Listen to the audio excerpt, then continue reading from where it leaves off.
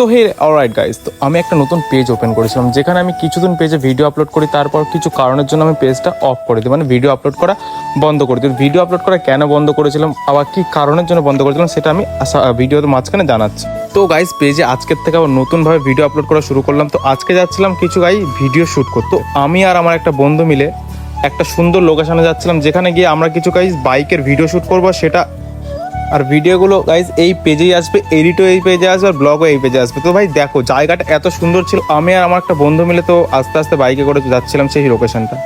তো দেখতেই পাচ্ছ আশেপাশের আবহাওয়াটা কতটা সুন্দর। আজকের লোকেশনটাও এত সুন্দর, তোমরা দেখলে যে পাগল হয়ে যাবে।